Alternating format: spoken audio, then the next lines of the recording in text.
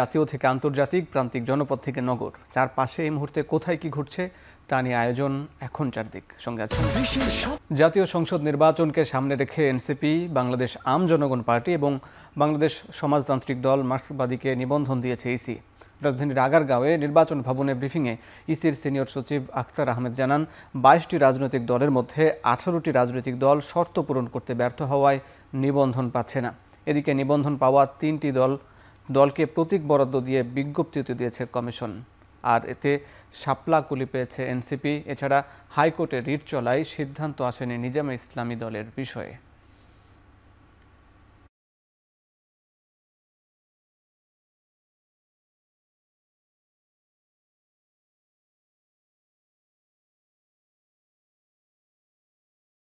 পুনঃতদন্ত করে আমরা যে সিদ্ধান্তে কমিশন এসছেন, ৮টা দলের সঠিকতা না পাওয়ার জন্য নামঞ্জুর করা হয়েছে। তাহলে আমরা ৩টা দলের কাগজপত্র সঠিকতা পেয়েছি এবং সেই ৩টার দল হচ্ছে বাংলাদেশ সমাজতান্ত্রিক দল মার্ক্সবাদী, বাংলাদেশ আম জনগণ পার্টি এবং জাতীয় নাগরিক পার্টি এনসিপি।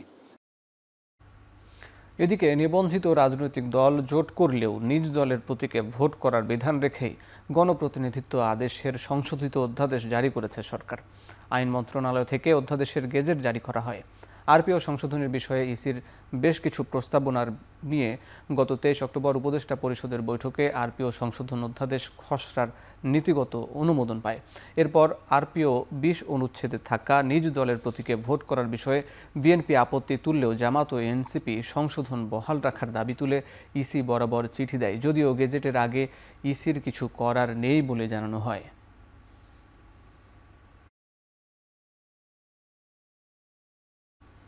আরপিও সংশোধন ইসির একক সিদ্ধান্তে হয়েছে বলে অভিযোগ করেছে বিএনপি। তবে স্বাগত জানিয়েছে জামাত, এনসিপি ও ইসলামী আন্দোলন সহ সমমনা বেশ কয়েকটি রাজনৈতিক দল। অধ্যাদেশ জারির পর তাৎক্ষণিক প্রতিক্রিয়া দেয় দলগুলো। অন্য দলের প্রতিক্রিয়া মাঠে নামে তখন দেখা যাবে যে আমার নীতি আদর্শ তার মুখ্য থাকছে না। নিজের প্রতীক বিসর্জন দিয়ে আরেকজনের প্রতীক নিয়ে নির্বাচন করা, এটা তো নিজের দলকে ছোট করা। আমরা চাই এই সিদ্ধান্তের উপর যাতে সরকার এবং নির্বাচন কমিশন অটল থাকে। পপুলার ভোটে সবচেয়ে বেশি ভোটে নির্বাচিত হয়েছে সবসময় বিএনপি। কাজে সেই দলটাকে অবজ্ঞা করে যদি তারা এক পেশে সিদ্ধান্ত অন্য কারো প্ররোচনায় নিতে চায়, তাহলে সেটা দেশ ও জাতির জন্য মঙ্গলজনক হবে না। নির্বাচনে এই কালো টাকা, সন্ত্রাস, মাফিয়া এবং সেখানে অনেকে চট দখলের মতন করে যেভাবে দখলের ভাবনা চিন্তা করছেন, এ ধারা যদি অব্যাহত থাকে নির্বাচন প্রশ্নবিদ্ধ হবার ঝুঁকি আছে। সরকার দুটি দলের উপর ভর করে টিকে আছে বলে দাবি করেছেন বিএনপির স্থায়ী কমিটির সদস্য মির্জা আব্বাস। বলেন, একটি নতুন ও আরেকটি পুরাতন দলকে নির্বাচনে জেতাতে সরকার যে কোনো কাজ করতে পারে। মঙ্গলবার সকালে পল্টনের একটি কমিউনিটি সেন্টারে বিএনপির সাবেক ভাইস চেয়ারম্যান মরহুম সাদেক হোসেন খোকার মৃত্যুবার্ষিকী উপলক্ষে দোয়া ও মাহফিল আলোচনা সভায় অংশ নিয়ে তিনি কথা বলেন। যারা বাংলাদেশকে চায়নি তারা দেশের শাসনভার চায়, এমন অভিযোগ করে মির্জা আব্বাস বলেন, ধর্মের দোহাই দিয়ে দেশ ও জাতিকে বিভক্ত করার চেষ্টা করছে একটি দল। এ সময় তিনি আরও বলেন, আওয়ামী লীগের সমর্থকরা নির্দিষ্ট কোনো দলকে নয়, দেশপ্রেমিক দলকেই ভোট দেবে।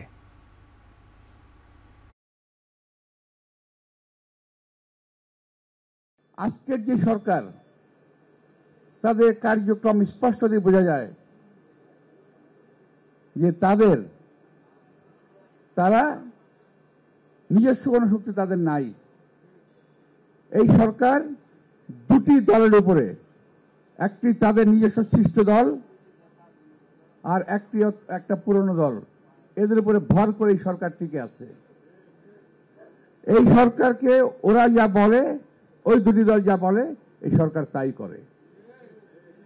সর্বশেষ প্রমাণ হলো একটা প্রতীক নিয়ে, নির্বাচনী প্রতীক। আমি প্রমাণ করে দিলাম আপনাদের। জুলাই সনদে সইয়ের পর নতুন করে ঐকমত্যের কোনো প্রয়োজন নেই বলে মন্তব্য করেছেন বিএনপির স্থায়ী কমিটির সদস্য আমির খসরু মাহমুদ চৌধুরী।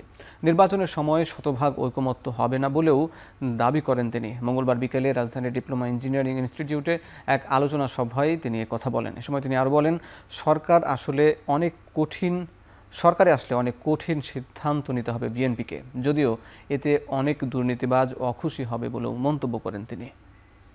নতুন করে ঐক্যমতের প্রশ্নটা কোত্থেকে আসলে এটা তো আমরা বুঝতে পারতেছি না। ঐক্যমত হয়েছে, সনদ সই হয়েছে, এটা তো বাস্তবায়ন, এখন নির্বাচনের দিকে যাব। এখন আবার নতুন করে ঐক্যমত কি, এটা তো আমরা বোঝার মুশকিল আমাদের। আর যে এখানে আমাদের ভিন্ন মত থাকবে এটাই স্বাভাবিক। বিএনপি মহাসচিব মির্জা ফখরুল ইসলাম আলমগীরের সঙ্গে সৌজন্য সাক্ষাৎ করেছেন ঢাকায় নিযুক্ত মিশরের রাষ্ট্রদূত ওমর ফাহমি। মঙ্গলবার সকাল 11টায় গুলশানে বিএনপি চেয়ারপারসনের কার্যালয়ে এই সাক্ষাৎ অনুষ্ঠিত হয়। এ সময় বাংলাদেশ ও মিশরের পারস্পরিক সম্পর্ক, স্বাস্থ্য সংশ্লিষ্ট বিষয়সহ দুই দেশের রাজনৈতিক পরিস্থিতি নিয়ে আলোচনা হয়। উভয় পক্ষ দুই দেশের সম্পর্ক আরও জোরদার ও গণতান্ত্রিক বন্ধন সুদৃঢ় করতে পারস্পরিক যোগাযোগ আরও বাড়াতে সম্মত হয়।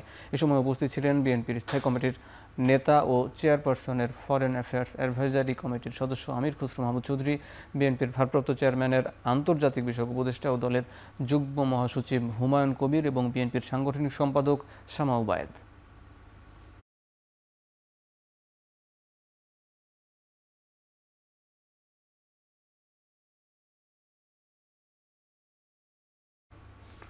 বিএনপির প্রাথমিক সদস্য হলেন জুলাই গণ অভ্যুত্থানে শহীদ মীর মুগ্ধের ভাই মীর মাহবুবুর রহমান স্নিগ্ধ।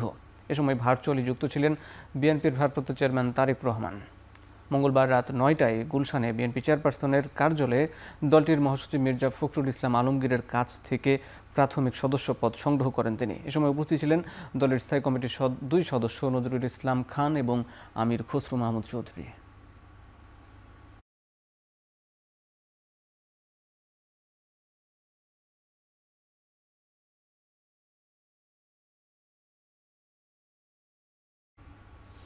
আগামী জাতীয় সংসদ নির্বাচনের জন্য জামাতে ইসলামী শিগগিরই চূড়ান্ত প্রার্থী তালিকা প্রকাশ করবে বলে জানিয়েছেন দলের আমির ডাক্তার শফিকুর রহমান। এছাড়া চলমান রাজনৈতিক সংকট নিরসনে সব দলকে আলোচনায় বসার আহ্বান জানিয়েছেন তিনি। সৌদি আরব, যুক্তরাষ্ট্র ও যুক্তরাজ্যে দীর্ঘ সফর শেষে সকালে দেশে ফিরে কথা বলেন জামাতের আমির। বিদেশ সফর থেকে ফিরে হযরত শাহজালাল আন্তর্জাতিক বিমানবন্দরে পৌঁছে সাংবাদিকদের মুখোমুখি হন জামাত আমির ডাক্তার শফিকুর রহমান। সফরকালীন বিভিন্ন দেশের রাজনৈতিক ও প্রবাসী নেতাদের সঙ্গে বৈঠক নিয়ে সন্তুষ্টি প্রকাশ করেন তিনি। এ সময় নির্বাচন কমিশনের নীতিমালার সমালোচনা করে বলেন, শুধু এনআইডি কার্ড থাকলে একজন প্রবাসী ভোটার হওয়ার জন্য যথেষ্ট। তিনি আরও জানান, প্রবাসীরা দেশের অর্থনীতিতে গুরুত্বপূর্ণ ভূমিকা রাখলেও তাদের স্বার্থের বিষয়গুলো দীর্ঘদিন উপেক্ষিত রয়েছে। যেহেতু আমরা একা ইলেকশন করব না, আরো অনেককে আমরা ধারণ করব দেশ এবং জাতির স্বার্থে, সব দিক বিবেচনা করেই চূড়ান্তভাবে যথাসময় ইনশাআল্লাহ আমরা প্রার্থী ঘোষণা করব। যে দুনিয়ার সকলের সাথেই আমরা সম্মানজনক সম্পর্ক চাই, এই সম্পর্কটা হবে মিউচুয়াল রেসপেক্ট এবং ইকুইটির ভিত্তিতে। জুলাই জাতীয় সনদ বাস্তবায়নে দ্রুত পদক্ষেপ নেওয়ার দাবি জানিয়েছে জামাতে ইসলামী। মঙ্গলবার সন্ধ্যায় দলটির আমির ডাক্তার শফিকুর রহমানের সভাপতিত্বে নির্বাহী পরিষদের বৈঠকে দাবি জানানো হয়। বৈঠকে অবিলম্বে সনদ বাস্তবায়নের আদেশ জারি, নভেম্বরের মধ্যেই গণভোট আয়োজন এবং সেই ফলাফলের ভিত্তিতে ফেব্রুয়ারিতে জাতীয় নির্বাচন নিশ্চিতের আহ্বান জানানো হয়। সভায় নেতারা অভিযোগ করেন, গণভোট আয়োজন নিয়ে সরকারের গড়িমসি জাতিকে উদ্বেগের মধ্যে ফেলেছে। তারা বলেন, জাতীয় নির্বাচন ও গণভোট একই দিনে হলে গণভোটের গুরুত্ব কমে যাবে এবং পুরো প্রক্রিয়া অনিশ্চয়তায় পড়বে। বৈঠকে দেশের রাজনৈতিক পরিস্থিতি নিয়েও আলোচনা হয়। এছাড়া সুষ্ঠু ও গ্রহণযোগ্য নির্বাচন নিশ্চিত করতে প্রতিটি ভোট কেন্দ্রে সিসিটিভি ক্যামেরা স্থাপনের দাবি জানানো হয়। শাপলা কলি প্রতীকে 300 আসনে প্রার্থী দেওয়ার ঘোষণা দিয়েছেন এনসিপির আহ্বায়ক নাহিদ ইসলাম। তিনি বলেন, চলতি মাসেই প্রার্থী তালিকা চূড়ান্ত করা হবে। সন্ধ্যায় এক ভিডিও বার্তায় দল হিসাবে এনসিপির নিবন্ধন প্রাপ্তিতে দেশবাসীর প্রতি কৃতজ্ঞতা জানান তিনি। সহজযোগ্য এবং দেশপ্রেমিক প্রার্থীদের মনোনয়ন দেওয়ার কথা বলেন এনসিপি নেতা। আমরা নির্বাচনের জন্য প্রস্তুতি নিচ্ছি। শাপলা কলি মার্কায় ইনশাআল্লাহ আমরা 300 আসনে আমরা প্রার্থী দিব এবং জাতীয় নাগরিক পার্টি আপনার আমার সকলের দল। ফলে যারা নতুন করে রাজনীতি করতে চান, এই বাংলাদেশটাকে নতুনভাবে করতে চান, তারা আমাদের সাথে যোগাযোগ করুন। সংস্কারের পক্ষে থাকা দলের সঙ্গে জোট করা হবে বলে জানালেন এনসিপির মুখ্য সমন্বয়ক নাসির উদ্দিন পাটোয়ারি। বলেন, প্রতীক বিক্রির ব্যবসা বন্ধ করেছে ইসি, যা ধন্যবাদ জানানোর মতো ঘটনা। মঙ্গলবার সন্ধ্যায় দলটির অস্থায়ী কেন্দ্রীয় কার্যালয়ে মুক্তিযুদ্ধোত্তর বাংলাদেশে রাষ্ট্র গঠনের ব্যর্থতার অনিবার্য পরিণতি নভেম্বর 1975 শীর্ষক আলোচনা সভা হয়। এ সময় নাসির উদ্দিন পাটোয়ারি বলেন, বিএনপি ঐকমত্য কমিশনকে কাঠগড়ায় দাঁড় করিয়েছে, অথচ জনগণের সাথে প্রতারণা করেছে দলটি। সন্ধ্যায় দলটি কেন্দ্রীয় কার্যালয়ে এই বৈঠকে তিনি বলেন, জনগণের সঙ্গে প্রতারণা করেছে ঐকমত্য কমিশন। সভায় এনসিপির যুগ্ম আহ্বায়ক সরওয়ার তুষার বলেন, মুক্তিযুদ্ধোত্তর রাষ্ট্র গঠনে ব্যর্থতার পেছনে শেখ মুজিবের বিভক্তির রাজনীতি বড় কারণ। তার মতে, আওয়ামী লীগের মাধ্যমে শুধু বাংলাদেশের ইতিহাস না, নিজেদের দলের ইতিহাসও সঠিকভাবে লেখানো সম্ভব নয়।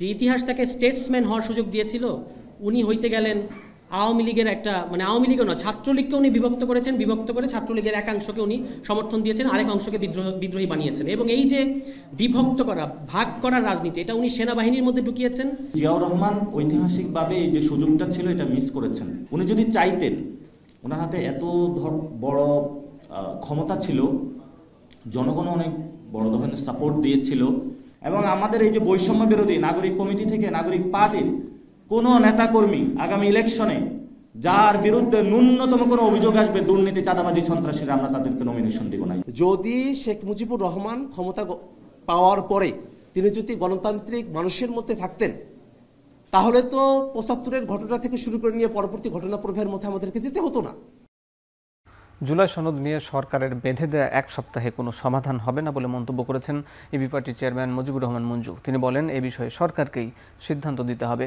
মঙ্গলবার নাগরিক কোয়ালিশন আয়োজিত জুলাই জাতীয় সনদের বাস্তবায়ন আদেশ বিষয়ে নাগরিক প্রত্যাশা ও জাতীয় ঐক্যের প্রয়োজনীয়তা শীর্ষক আলোচনায় তিনি একথা বলেন। অনুষ্ঠানে গণসংহতি আন্দোলনের প্রধান সমন্বয়কারী জুনায়েদ সাকি বলেন, ঐকমত্যের জন্য সময় বেঁধে দিয়ে সরকার দায়িত্বশীল আচরণ করেনি, এর মধ্য দিয়ে রাজনৈতিক দলগুলোকে ব্যর্থ প্রমাণের চেষ্টা করা হয়েছে। অ্যাডভোকেট শিশির মনির বলেন, ঐকমত্য কমিশন কোনো প্রতারণা করেনি, বরং জুলাই সনদ থেকে জামাতের 4টি নোট অব ডিসেন্ট বাদ পড়েছে। বিএনপি মৌলিক সংস্কারের ভিন্ন মত দিয়েছে, যেগুলো পরিহার করার আহ্বান জানান তিনি। এছাড়াও বিএনপি নেত্রী শামা ওবায়দ বলেন, সংস্কার দীর্ঘমেয়াদী প্রক্রিয়া, 3 মাসেও জনগণকে জুলাই সনদ বোঝানো সম্ভব নয়। আর এনসিপি নেতা খালিদ সাইফুল্লাহ বলেন, সংস্কারে আন্তরিক হলে নোট অব ডিসেন্ট ছাড়াই গণভোট দিতে হবে। এই এক সপ্তাহ পেরিয়ে যাবে, আমাদের পক্ষ থেকে ওই একই কথাই থাকবে, মানে খুব বেশি কিছু করা যাবে বলে আমার মনে হচ্ছে না। সরকারকে তার সিদ্ধান্তটা দিতে হবে। কি প্রতারণা করেছে এখানে দেখেন তো দেখি। জুলাই চার্টার পরে নাই আমার ধারণা। জুলাই চার্টারে কি ছিল আর অর্ডারের মধ্যে এটা নাই, এটা একটা লাইন দেখাক। ওনারা যে কথাটা বলছেন যে এইটা ডিসেন্টিং হবে, এই পার্টটুকুকে উল্লেখ করা হয় নাই তফসিলে, এর নাম হইল প্রতারণা দিয়েছেন। তা যদি হয় তাহলে জামাতের 4টে বাদ দিছে, যে জামাতের সঙ্গে প্রতারণা করে নাই। ঐক্য যেগুলোতে হয়েছে সেগুলোতে হয়েছে, বাকি রিফর্ম যদি আপনারা বসে থাকেন রিফর্ম করার জন্য, সেটা তো আপনার বছরের পর বছর বসে থাকতে হবে। জনগণের কাছে যাক, পিআরটা বুঝাক, গণভোটটা বুঝাক। নোট অফ ডিসেন্ট তো 8টা 9টা 10টা 12টা 15টা বিষয় আছে, ওনারা 5টা মেনে নিক, আপনারা 5টা ছেড়ে দেন। আলটিমেটলি এই 5টা মানা আর 5টা ছাড়ার পরে আমরা যেখানে যাব, সেটা জাতির জন্য বেশি কল্যাণকর হবে না পার্টিকে বেশি সুবিধা দিবে, এটা একটা প্রশ্ন থেকে যায়। আরএফএল ওয়াটার পাম্পের অটো থার্মাল টেকনোলজি, যা বেশি হিটে নষ্ট হয় না, শতভাগ মসৃণ, ব্রাশ ইম্পেলার নিশ্চিত করে অধিক পানির flow. RFL water pump on করলে পানির তুফান। বিএনপির দলীয় মনোনয়ন না পেয়ে মেহেরপুর, চাঁদপুর ও সাতক্ষীরায় সড়ক অবরোধ ও ভাঙচুর করেছেন বঞ্চিতরা। মেহেরপুর 2 আসনের বিএনপির প্রার্থীর মনোনয়ন ঘিরে মঙ্গলবার সকাল থেকে শুরু হয় উত্তেজনা। শুরুতে মনোনীত প্রার্থী আমজাদ হোসেনের কার্যালয়ে ভাঙচুর চালায় জেলা বিএনপি সভাপতি জাভেদ মাসুদ মিল্টনের সমর্থকরা। পরে আমজাদ হোসেনের সমর্থকরা পাল্টা হামলা চালায়। এদিকে চাঁদপুর 4 আসনে দলীয় মনোনয়ন না পেয়ে সড়ক অবরোধ করে বিক্ষোভ করেন মনোনয়ন বঞ্চিতরা। ফরিদগঞ্জ উপজেলা বিএনপির আহ্বায়ক এম এ হান্নানের কর্মী সমর্থকরা সড়কে টায়ার জ্বালিয়ে বিক্ষোভ করেন। এতে যান চলাচল বন্ধ হয়ে তৈরি হয় ভোগান্তি। সাতক্ষীরা 3 আসনে বিএনপির মনোনয়ন বঞ্চিত হওয়ায় সড়ক অবরোধ করে বিক্ষোভ করে বিএনপির কেন্দ্রীয় নেতা ডাক্তার শহীদুল আলমের সমর্থকরা। এছাড়া টাঙ্গাইলে দলীয় মনোনয়ন পেতে কেন্দ্রীয় বিএনপির প্রচার সম্পাদক সুলতান সালাউদ্দিন টুকুর পক্ষে বিক্ষোভ করেন নেতাকর্মীরা।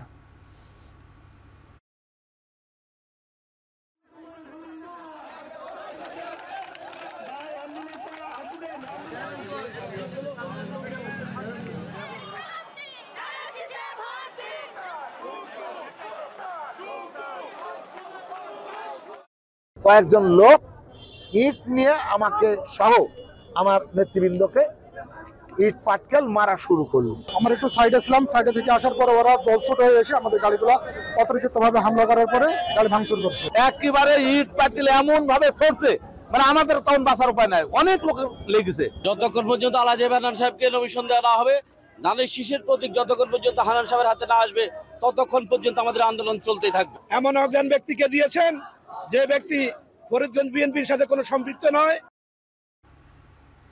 বিএনপির দলীয় মনোনয়ন ঘোষণার পর জনস্বার্থ বিরোধী কর্মকাণ্ডের অভিযোগে 4 নেতাকর্মীকে দলের প্রাথমিক সদস্য সহ সব পর্যায়ের পদ থেকে বহিষ্কার করেছে কেন্দ্রীয় কমিটি। বিএনপির সিনিয়র যুগ্ম মহাসচিব অ্যাডভোকেট রুহুল কবির রিজভী স্বাক্ষরিত এক বিজ্ঞপ্তিতে তথ্য জানানো হয়। এতে বলা হয়, সোমবার সন্ধ্যার পর দলীয় মনোনয়নকে কেন্দ্র করে চট্টগ্রাম উত্তর জেলার সীতাকুণ্ডে ঢাকা চট্টগ্রাম মহাসড়কের কদম রসুল, ভাটারিয়া বাজার, জলিল গেট এলাকায় সহিংসতা, হানাহানি ও রাস্তা অবরোধের ঘটনা ঘটে।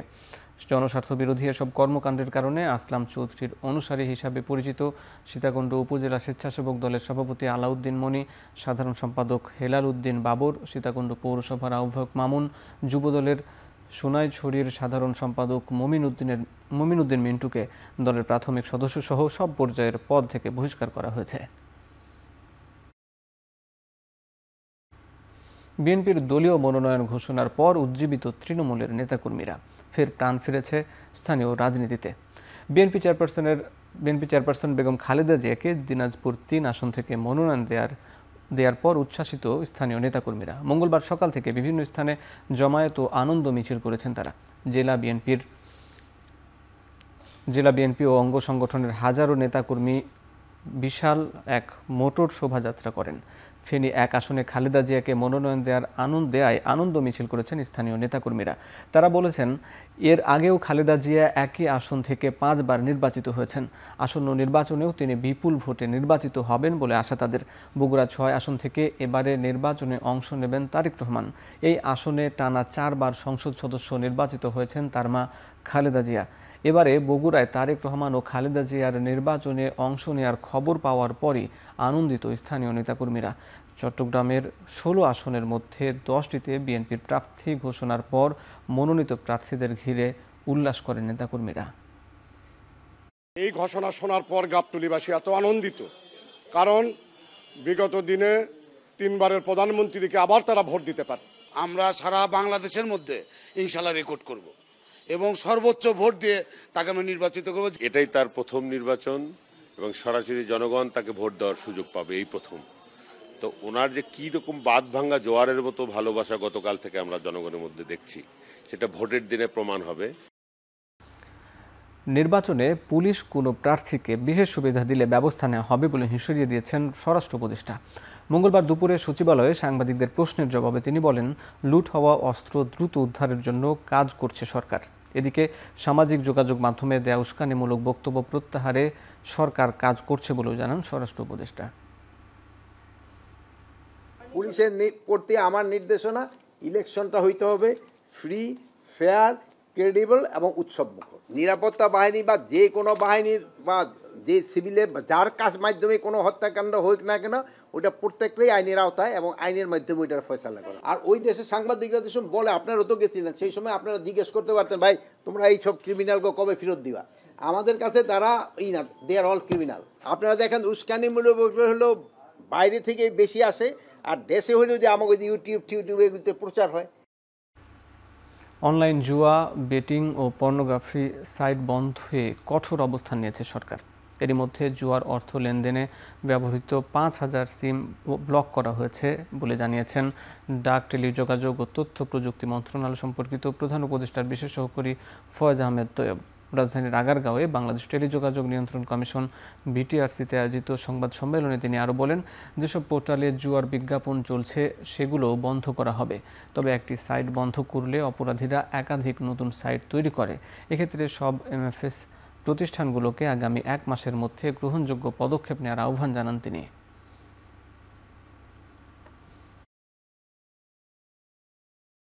হচ্ছে এরকম যে আমরা সাইট ব্লক করলে সাইটের কিছু আইপি পরিবর্তন করে অথবা কিছু ওই যে হোস্টিং নেইমের কিছু টুকটাক পরিবর্তন করে তারা সাইটটা আবার লঞ্চ করে ওই গ্রুপের মধ্যে সার্কুলেট করে দেয়।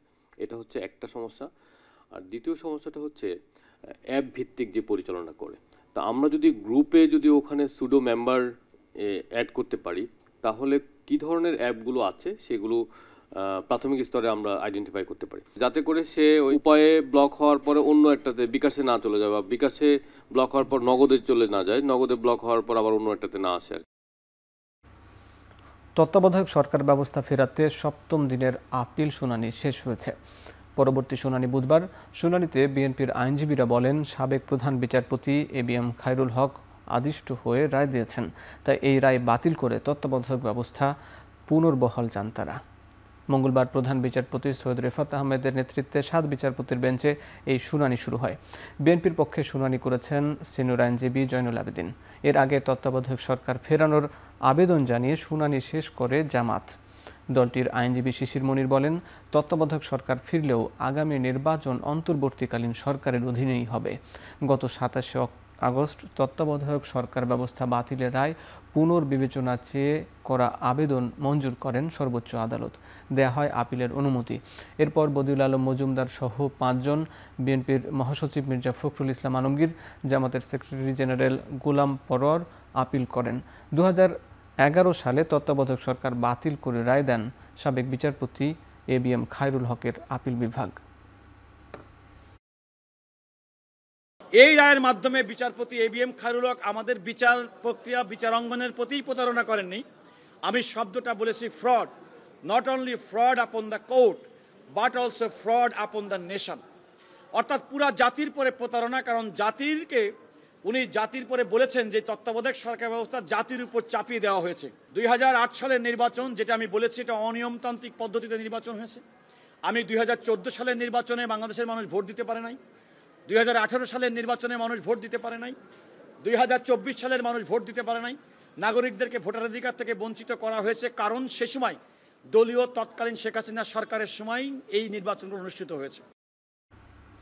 জুলাই গণঅভ্যুত্থানের প্রথম শহীদ আবু সাইদ হত্যা মামলায় 3 কার্যদিবসে সাক্ষী না আসায় সাক্ষ্য গ্রহণ পিছিয়ে 10 নভেম্বর ধার্য করেছেন আন্তর্জাতিক অপরাধ ট্রাইব্যুনাল 2। মঙ্গলবার বিচারপতি নজরুল ইসলাম চৌধুরীর নেতৃত্বে 3 সদস্যের ট্রাইব্যুনাল 2 এই আবু সাইদ হত্যা মামলার সাক্ষ্য গ্রহণের দিন ধার্য ছিল। তবে সাক্ষী না আসায় সাক্ষ্য গ্রহণ হয়নি। এর আগে 2 কার্যদিবসেও সাক্ষী আসেনি। এ নিয়ে 3 কার্যদিবসে সাক্ষী ট্রাইব্যুনালে হাজির হয়নি। এ পর্যন্ত 11 জন সাক্ষী আদালতে সাক্ষ্য দিয়েছেন। আবু সাইদ হত্যা মামলায় 30 জন আসামির মধ্যে 24 জন পলাতক, গ্রেপ্তার আছে 6 জন। আবু সাইদের বাবাও এই মামলায় সাক্ষ্য দিয়েছেন। 24-এর আন্দোলনে 16 জনই পুলিশের গুলিতে নিহত হন আবু সাইদ 16 জুলাই।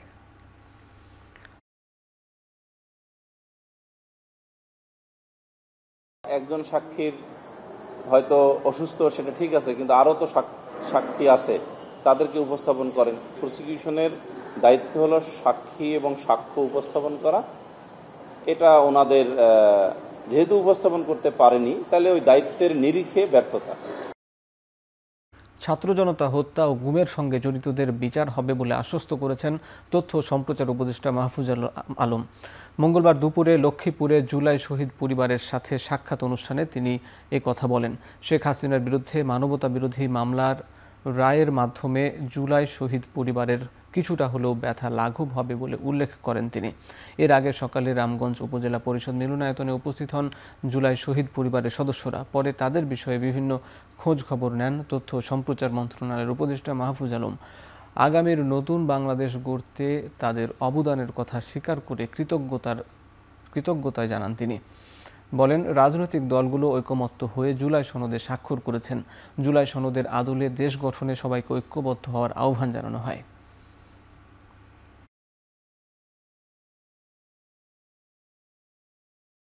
আগামী সপ্তাহে শেখ হাসিনার ফ্যাসিস্ট এবং খনি শেখ হাসিনার বিচার হবে। আমরা একটা রায় পাবো। এটা আমাদের শহীদ যারা হয়েছেন তাদের পরিবারকে অবশ্যই তাদের একটা ব্যথার উপশম হবে, তারা যেই কষ্টের ভিতর দিয়ে যাচ্ছেন।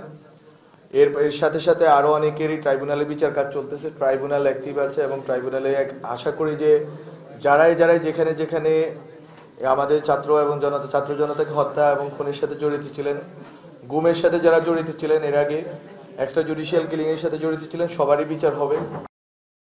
দেশের বিভিন্ন জায়গায় সড়ক দুর্ঘটনায় শিক্ষার্থী নারীসহ মোট 12 জন নিহত হয়েছেন। এছাড়া এই ঘটনায় আহত হয়েছেন আরও 30 জন। নোয়াখালীর বসুরহাট থেকে একটি ট্রাক পৌরসভার ফতেহপুর এলাকায় ইসলামিয়া মাদ্রাসার সামনে পৌঁছালে বিপরীত থেকে আসা একটি অটোরিকশাকে চাপা দেয়। এতে সিএনজি অটোরিকশাটি দুমড়ে মুচড়ে ঘটনাস্থলেই চালকসহ 5 জন নিহত হন। আহত একজনকে উদ্ধার করে সদর হাসপাতালে নেওয়া হলে চিকিৎসক তাকে মৃত ঘোষণা করেন। অন্যদিকে দুপুর 12টার দিকে ঢাকা সিলেট মহাসড়কের শায়েস্তাগঞ্জের কদমতলী এলাকায় দুটি বাসের সংঘর্ষে 3 জন নিহত হয়েছেন। আহত হয়েছেন অন্তত 30 জন। পুলিশ জানায় সিলেটগামী এনা পরিবহনের বাস হবিগঞ্জের শায়েস্তাগঞ্জ উপজেলার কদমতলী এলাকায় পৌঁছালে একটি ট্রাককে ওভারটেক করার সময় বিপরীত দিক থেকে আসা রিয়েল কোচের সঙ্গে সংঘর্ষ হয়। এছাড়া বাগেরহাটের রামপালের খুলনা মংলা মহাসড়কের ট্রাকের ধাক্কায় 3 মোটরসাইকেল আরোহী নিহত হয়েছেন। সন্ধ্যায় উপজেলার বাবুবাড়ি এলাকায় এ দুর্ঘটনা ঘটে। খবর পেয়ে পুলিশ ঘটনাস্থলে পৌঁছে মরদেহ উদ্ধার করে।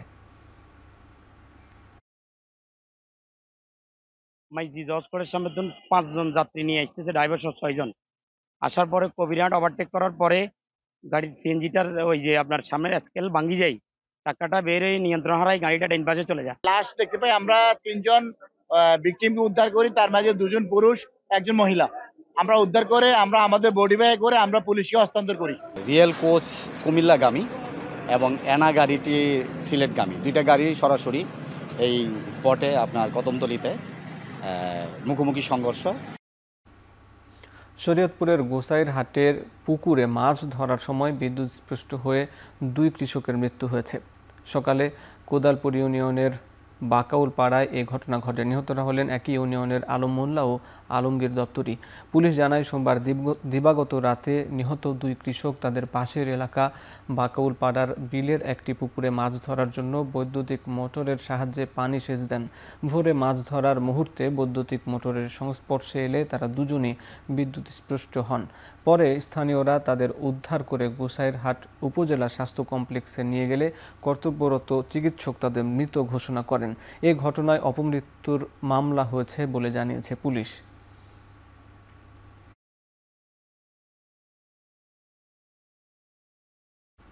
কুমিল্লা ইপিজেডে রপ্তানি খাতের সম্ভাবনা ও চ্যালেঞ্জ নিয়ে ব্যবসায়ীদের সঙ্গে মতবিনিময় করেছেন রপ্তানি উন্নয়ন ব্যুরোর ভাইস চেয়ারম্যান মোহাম্মদ হাসান আরিফ। দুপুরে কুমিল্লা ইপিজেডের সম্মেলন কক্ষে এ মতবিনিময় সভা অনুষ্ঠিত হয়। এতে Comilla chamber of commerce and industry, business forum, ইপিজেডভুক্ত শিল্প প্রতিষ্ঠানের উদ্যোক্তা ও ব্যবসায়ী প্রতিনিধিরা উপস্থিত ছিলেন। সভায় ব্যবসায়ী নেতৃবৃন্দ রপ্তানি প্রক্রিয়ার জটিলতা, কাঁচামাল আমদানিতে শুল্ক সুবিধা সহ স্থানীয়ভাবে উৎপাদিত পণ্য রপ্তানির সুযোগ দাবি করেন। তারা অভিযোগ করেন বিএসটিআই অনুমোদিত পণ্য ভারতে রপ্তানিতে বাধার মুখে পড়ছে। বিশেষ করে কুমিল্লা, ব্রাহ্মণবাড়িয়া ও ফেনী স্থলবন্দরে এই বাধার মুখে পড়েন তারা। সভায় রপ্তানি খাতের বিকাশে সরকারের নানামুখী পদক্ষেপ চলমান বলে জানান রপ্তানি উন্নয়ন ব্যুরোর ভাইস চেয়ারম্যান মোহাম্মদ হাসান আরিফ।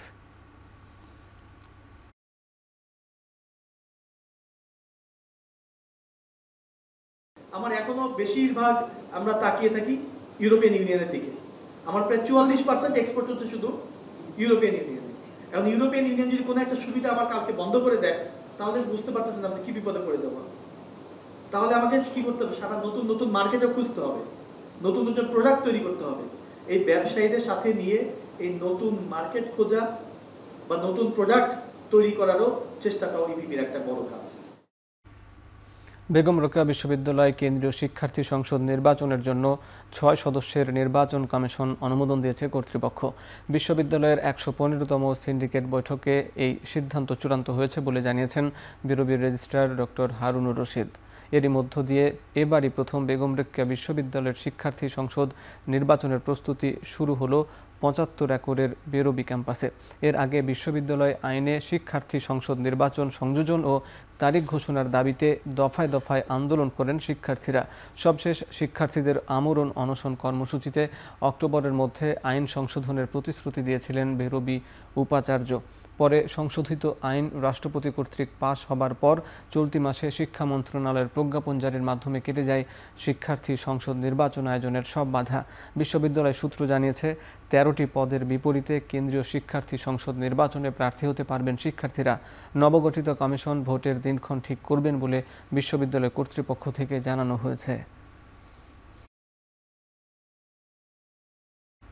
বাংলাবান্ধা সীমান্তে উদ্বোধন করা হয়েছে দেশের সর্বোচ্চ পতাকা স্ট্যান্ড। আনুষ্ঠানিকভাবে ওড়ানো হয়েছে লাল সবুজের পতাকা।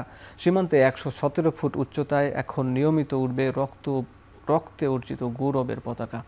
দেশের উত্তরের সীমান্ত ঠেকেছে যে বাংলাবান্ধায়, সেই বাংলাবান্ধায় আজ সাক্ষী হলো দেশের অন্যতম এক ইতিহাসের। দেশের সর্বোচ্চ পতাকা স্ট্যান্ডের উদ্বোধন করা হয়েছে বাংলাবান্ধা সীমান্তে। উড়ানো হয়েছে ৩০ ফুট বাই ১৮ ফুটের বিশাল আয়তনের লাল সবুজের পতাকা। জাতীয় সঙ্গীতের তালে তালে পথ রবে ওরা পতাকা জানান দেয় গৌরবের। এই ইতিহাসের সাক্ষী হতে এসেছিলেন প্রশাসনের কর্মকর্তা, রাজনৈতিক দলের প্রতিনিধি, আইন শৃঙ্খলা বাহিনীর সদস্য, বৈষম্য বিরোধী ছাত্র আন্দোলনের নেতা, শিক্ষক, শিক্ষার্থী সহ সব শ্রেণী পেশার মানুষ। এমন আয়োজনে খুশি স্থানীয়রা। দেশের উত্তরের সীমান্তের ১১৭ ফুট উচ্চতায় এখন নিয়মিত উড়বে লাল সবুজের পতাকা।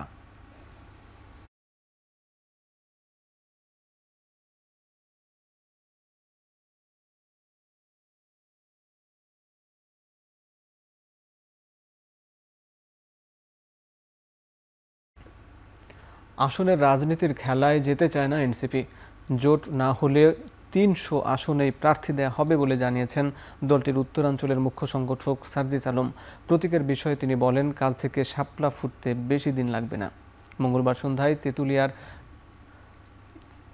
তেঁতুলতলা ইউনিয়ন কমিটির ঘোষণা অনুষ্ঠানে কথা বলেন তিনি। এ সময় তিনি আরও বলেন, এনসিপি শাপলা মার্কা চেয়েছিল, শাপলার পরিবর্তে দেয়া হয়েছে শাপলাকলি। কারো সাথে জোট হবে কিনা তা পরে সিদ্ধান্ত নেওয়া হবে উল্লেখ করে সার্জিস বলেন, আগে নিজেদের ভিত্তি শক্ত করতে হবে।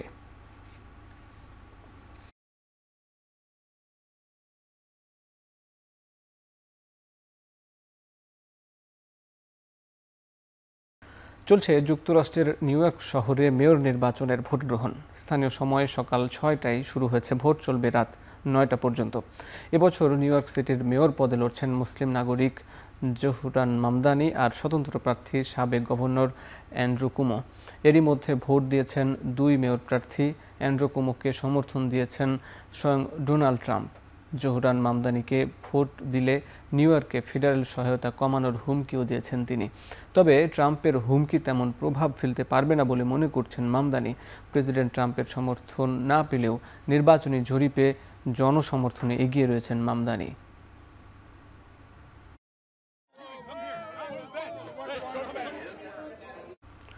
জালিয়াতি রোধে বিপুল সংখ্যক বাংলাদেশি ও ভারতীয় নাগরিকের ভিসা বাতিল করতে চায় কানাডা।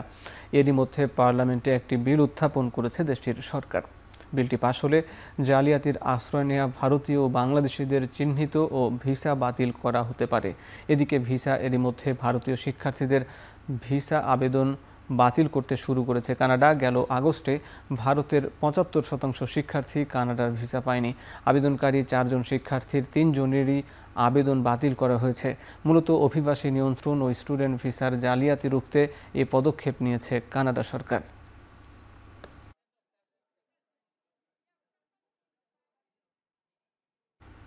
যুদ্ধবিরতির প্রাথমিক পরিকল্পনায় সম্মত হয়েছে সুদানের সেনাবাহিনী ও আধা সামরিক বাহিনী RSF। আরব ও আফ্রিকা বিষয়ক মার্কিন উপদেষ্টা মাসাদ বুলোসের বরাত দিয়ে বিষয়টি নিশ্চিত করেছে গণমাধ্যম TRT ওয়ার্ল্ড। সোমবার এক বিবৃতিতে বুলোসেস জানান, দুপক্ষেই যুদ্ধবিরতির প্রাথমিক পরিকল্পনা রাজি। পূর্ণাঙ্গ যুদ্ধবিরতি নিয়ে কাজ করতে কোনো ধরনের আপত্তি নেই তাদের। গেল 12 সেপ্টেম্বর যুক্তরাষ্ট্র, মিশর, সৌদি আরব ও সংযুক্ত আরব আমিরাতের মধ্যস্থতায় সুদানে 3 মাসের মানবিক যুদ্ধবিরতির আহ্বান জানানো হয়, যার আওতায় দেশটির জরুরি সহায়তা পাঠানোর কথা ছিল, তবে শেষ পর্যন্ত আশার আলো দেখেনি। গত 1.5 বছর ধরে সুদানে চলছে রক্তক্ষয়ী গৃহযুদ্ধ, যার বলি হয়েছেন দেশটির 1,500 নিরস্ত্র মানুষ। দেশের 1 নম্বর gas stove RFL gas stove, যা বেশি তাপেও ফাটে না আর হ্যাসেল ফ্রি অটো ইগনিশন নিশ্চিত করে ঝামেলাহীন রান্না। আরএফএল গ্যাস স্টোভ, নিরাপদ ও ঝামেলাহীন। ভারতের ছত্তিশগড়ে যাত্রীবাহী ট্রেন ও মালবাহী ট্রেনের মুখোমুখি সংঘর্ষে 4 জন নিহত হয়েছেন। স্থানীয় সময় সোমবার বিকেলে দুর্ঘটনা ঘটে। হতাহতের সংখ্যা আরও বাড়তে পারে বলে আশঙ্কা করা হচ্ছে। যাত্রীবাহী ট্রেনটি গেভরা রোড থেকে বিলাসপুরের উদ্দেশ্যে যাত্রা করছিল। যাত্রীবাহী ট্রেনের প্রথম বগিটি মালবাহী ট্রেনে গিয়ে ধাক্কা দিলে সংঘর্ষের ঘটনা ঘটে। এরই মধ্যে রেল কর্মকর্তারা ও জরুরি দল ঘটনাস্থলে পৌঁছেছে। আটকে পড়া যাত্রীদের উদ্ধারে অভিযান চলছে। দুর্ঘটনার কারণে ওই রুটে বেশ কিছু ট্রেন চলাচল স্থগিত করা হয়েছে এবং কিছু ট্রেনের রুট পরিবর্তন করা হয়েছে। নেপালের উত্তর পূর্বে হিমালয়ের পাহাড়ে তুষার ধসে প্রাণ গেছে 5 বিদেশি সহ পর্যটক সহ কমপক্ষে 7 পর্বতারোহীর। দোলাখা জেলার ইয়াসাসাংরি পর্বতের বেজ ক্যাম্পের কাছে ঘটনা ঘটে সোমবার স্থানীয় সময় সকাল 9টার দিকে। ভ্রমণ সংস্থা 7 সামিট ট্রেক জানিয়েছে 2 জনের মরদেহ উদ্ধার করা সম্ভব হলেও নিখোঁজ বাকি 5 জন। চলছে সন্ধান। তুষারের নিচে চাপা পড়েছেন তারা। ধারণা করা হচ্ছে এমনটাই। আহত 8 জনকে উদ্ধার করে রাজধানী কাঠমান্ডুতে চিকিৎসার জন্য নিয়ে যাওয়া হয়েছে। হতাহতদের সবাই 6500 মিটার উঁচু দোলমা খাং পর্বতের চূড়ায় ওঠার প্রস্তুতি নিচ্ছিলেন। অন্যদিকে নেপালের পশ্চিমে পানবাড়ি পর্বতে ওঠার সময় নিখোঁজ 2 ইতালীয় পর্বতারোহীর খোঁজেও চলছে সন্ধান।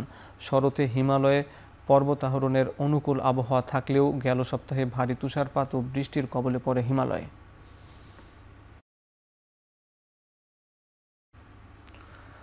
চৌরাশি বছর বয়সে মারা গেলেন যুক্তরাষ্ট্রের সাবেক ভাইস প্রেসিডেন্ট ডিক চেনি। মঙ্গলবার এক বিবৃতিতে তার মৃত্যুর খবর নিশ্চিত করে তার পরিবার। জানা গেছে নিউমোনিয়া, হৃদরোগ ও রক্তনালীর রোগে আক্রান্ত হয়ে মৃত্যু হয় তার। সাবেক রিপাবলিকান প্রেসিডেন্ট জর্জ ডব্লিউ বুশের শাসনামলে টানা 8 বছর ভাইস প্রেসিডেন্ট দায়িত্ব পালন করেন চেনি। 9/11 হামলার পর যুক্তরাষ্ট্রের কথিত সন্ত্রাসের বিরুদ্ধে যুদ্ধ আর 2003 সালে ইরাকে সামরিক অভিযানের নেতা অন্যতম হোতা ছিলেন তিনি। দীর্ঘ রাজনৈতিক জীবনে দায়িত্ব পালন করেছেন মার্কিন প্রতিরক্ষা মন্ত্রী এবং হোয়াইট হাউসের চিফ হিসাবেও। বিপিএলের জন্য 5টি দলকে চূড়ান্ত করেছে বিসিবি। মঙ্গলবার বিকেলে বিসিবির নাভানা টাওয়ারে সভায় বসেন বিপিএলের গভর্নিং কাউন্সিলের কর্মকর্তারা। সভা শেষে আসন্ন বিপিএল নিয়ে বিভিন্ন গুরুত্বপূর্ণ সিদ্ধান্তের কথা জানিয়েছেন বিসিবি পরিচালকরা। সেখানে 5টি প্রতিষ্ঠানের অংশগ্রহণের বিষয়টি নিশ্চিত করেছে বিসিবি। বিপিএলে চূড়ান্ত 5 দল হল Rangpur Riders, Sylhet United, Dhaka Capitals, Rajshahi Star ও চট্টগ্রাম। শেষ পর্যন্ত বাদ গেছে কুমিল্লা, বরিশাল। চলতি মাসের 17 তারিখ হবে প্লেয়ার্স ড্রাফট। আর বিপিএল শুরুর সম্ভাব্য তারিখ 19 জানুয়ারি, শেষ হতে পারে 16 জানুয়ারি।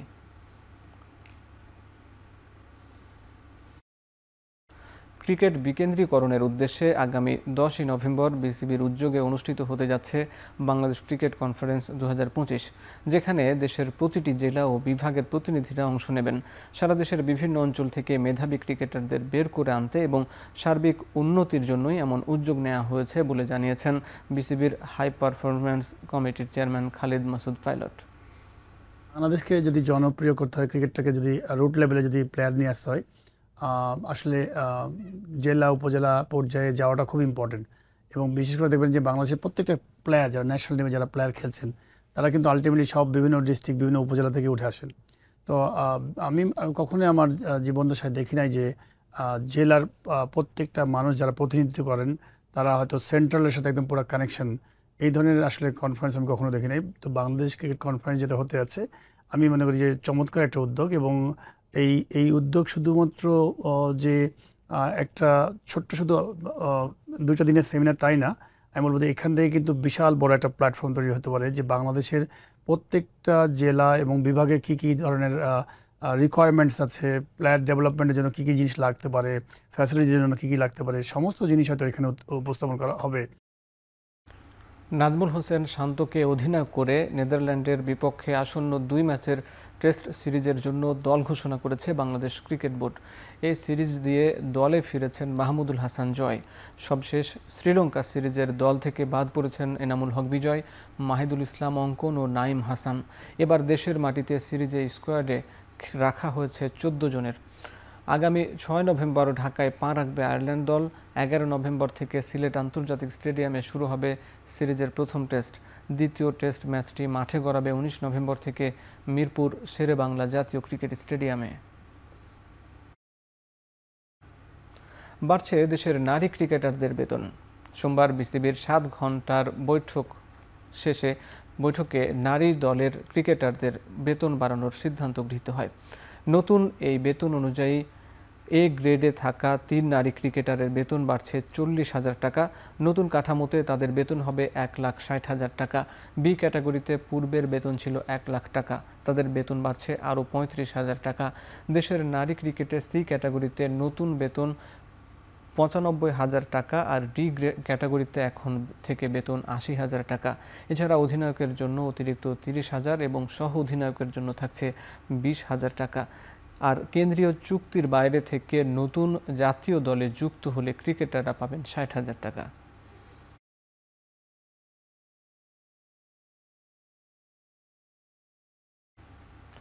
আগামী 12 নভেম্বর থেকে আকবর আলীর নেতৃত্বে হংকংয়ে 6-a-সাইড টুর্নামেন্ট খেলতে যাবে বাংলাদেশ।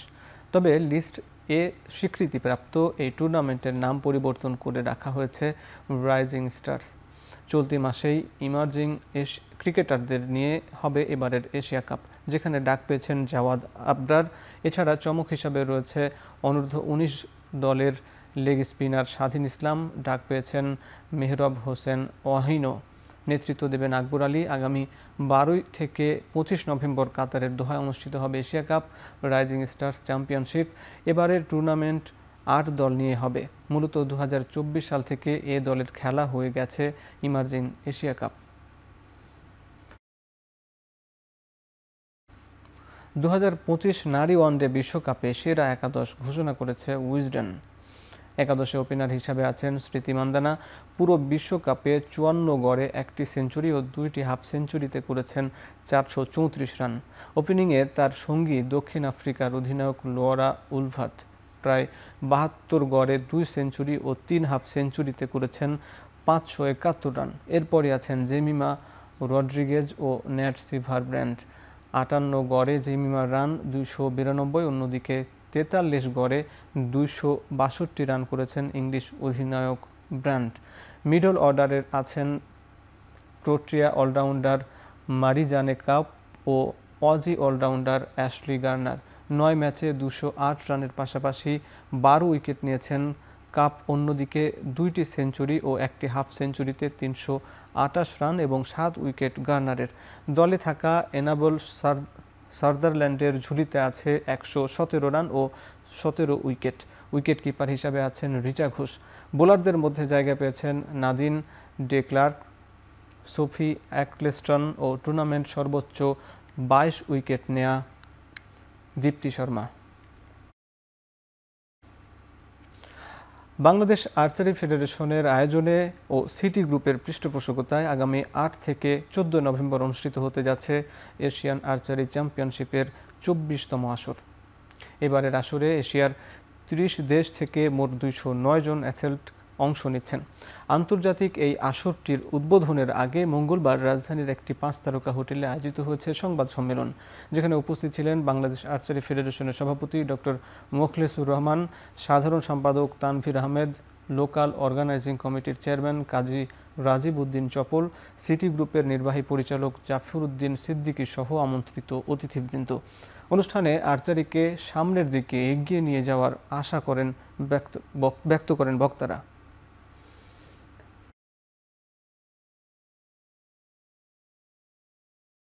আর্চারিতে এখন অন্য অন্য খেলার মতো মেয়েদের যেমন আলাদা ফুটবল, আলাদা ক্রিকেট আছে, এরকম নাই আমাদের আর্চারিতে। কিন্তু আর্চারিতে ছেলে এবং মেয়ে একই সাথে প্যারালালি তারা এই খেলা খেলে যোগ্যতা অর্জন করছে।